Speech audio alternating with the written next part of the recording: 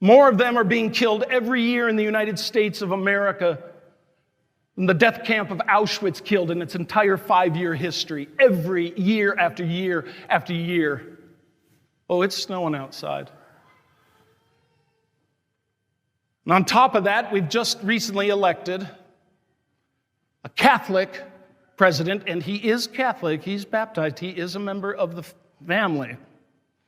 We've just elected a Catholic president who is diametrically opposed to all of the basic moral principles that are proclaimed by the Roman Catholic Church.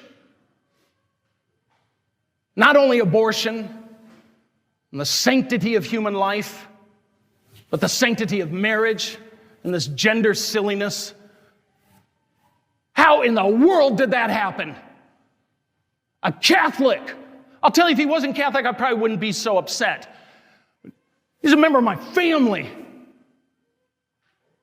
He's the most powerful man in the world.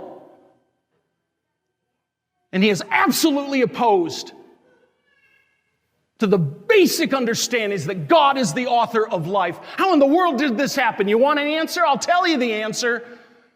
Because our bishops have been silent for 60 years through bad catechesis and cowardice. They have barely said a thing. A few papers here and there. They speak of, there's things they could do. You say, well, why don't you do something?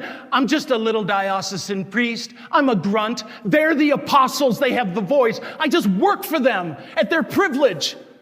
They can get rid of me tomorrow. How have they allowed this to happen? What is it that they really believe? How poorly have they educated you? Good Lord. Can you imagine if in 2012, Mitt Romney, who was running for president, Mitt Romney, who is a Mormon, a member of the LDS Church, when he was running against President Barack Obama, if he were a cigar-smoking, whiskey-drinking, coffee-drinking Mormon, can you imagine if he had won the presidency? The Mormon Church would have gone apoplectic.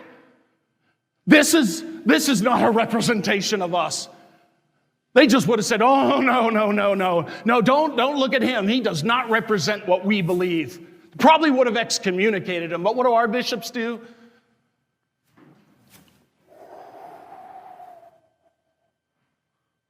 They just let it snow. I apologize if it sounds like I'm yelling at you. I am angry. It's a righteous anger, the same righteous anger that Jesus had when he drove the money changers out of the temple. He didn't hate those people, but he was outraged with a sense of righteous anger. Righteous anger means I'm incensed at what you are doing to someone else, and I am called to protect. Woe to me if I don't preach the gospel. I have to stand up for this. Jesus had to stand up for his Father's dignity, so he wanted a clean house. And I have this righteous anger.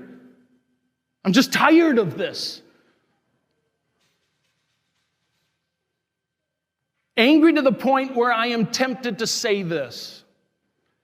If you are pro-abortion, I am tempted to ask you to leave St. Henry Parish. Leave this parish.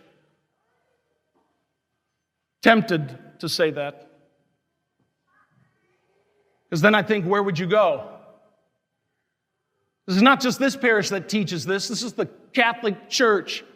The Holy Catholic Church of God that teaches this. What parish would accept your views? Sadly, you would find one. And that is an indictment against the bishops. But God help that parish that would let your ideas foster in their parish.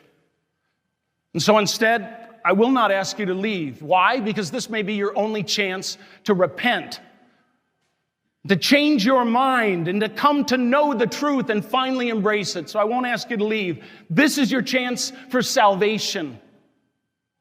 You are welcome here, even if you're pro-abortion. But your ideas are not welcome here, and they will be given no quarter. The same with Joe Biden. He's a Catholic. He's a member of the family. If for some reason he would be in Buckeye on a Sunday, Joe Biden is welcome to come to Mass here. His ideas are not welcome here. And if you ask me a follow-up question, would you give him communion? No. Over my dead body. Not until he repents. He's a public figure. He needs to publicly repent. And we need to pray for his conversion. He is a member of the family.